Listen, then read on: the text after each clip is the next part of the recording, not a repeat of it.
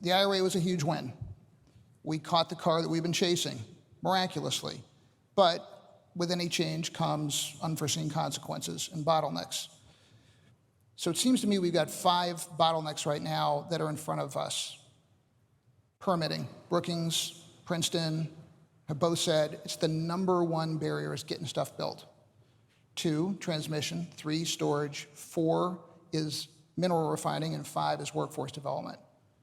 How are we going to fix those? I think there's a lot of reasons to be optimistic. I think we're still having a bit of a COVID hangover on some of the supply chain issues. So some of that I think will start to get worked through. You still do see China shutting down certain portions of its economy as they still cope with the pandemic. So hopefully some of that is pains as we continue to evolve out of this moment. We still will have to closely watch the tariff issues, obviously. Minerals is a bigger issue. I think we're going to see more innovation on that front, including domestic mining here. When it comes to permitting, I think we have a bigger education effort to do to get the public on board, because we have to build a lot of stuff. Deploy is what we have to do, but it's not always easy. These are people's backyards, it's their homes. I was doing some work in Arkansas. There's discussions around whether clean energy projects are helpful to farmers or not. At a high level, I think we as an industry have to really stop acting like an alternative industry.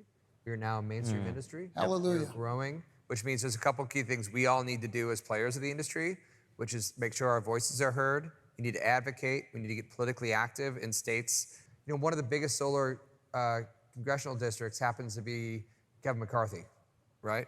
He's done shit for us, right? As an industry, we need to get in front of him in his hometown and tell him why he needs to change his positions, right? That's not easy.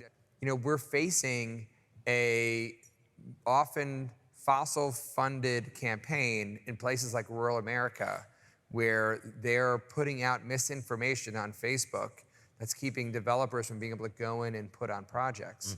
Well, we need to get out and advocate against that, tell the stories of what our industry is doing in a positive way and how we can help farmers and help others. But that involves politics, right?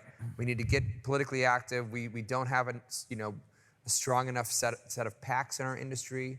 I serve on the board of the Environmental Defense Fund Action Committee, which is very focused on a bipartisan solutions for energy and climate.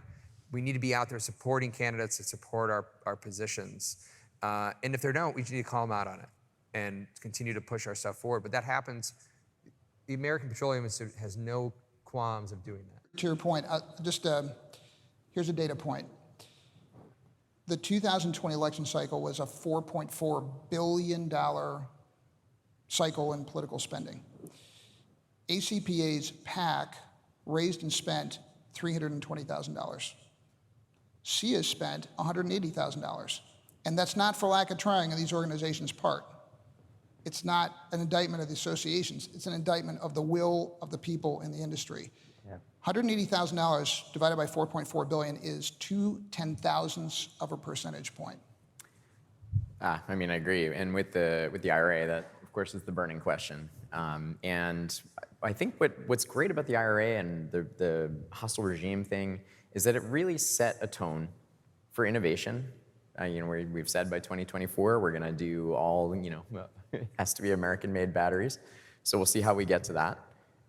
But I think it's going to do a couple things. One, there's innovation. Bosch was just talking about building a green hydrogen backbone across the United States for long-haul trucking to relieve some of the challenges around lithium extraction.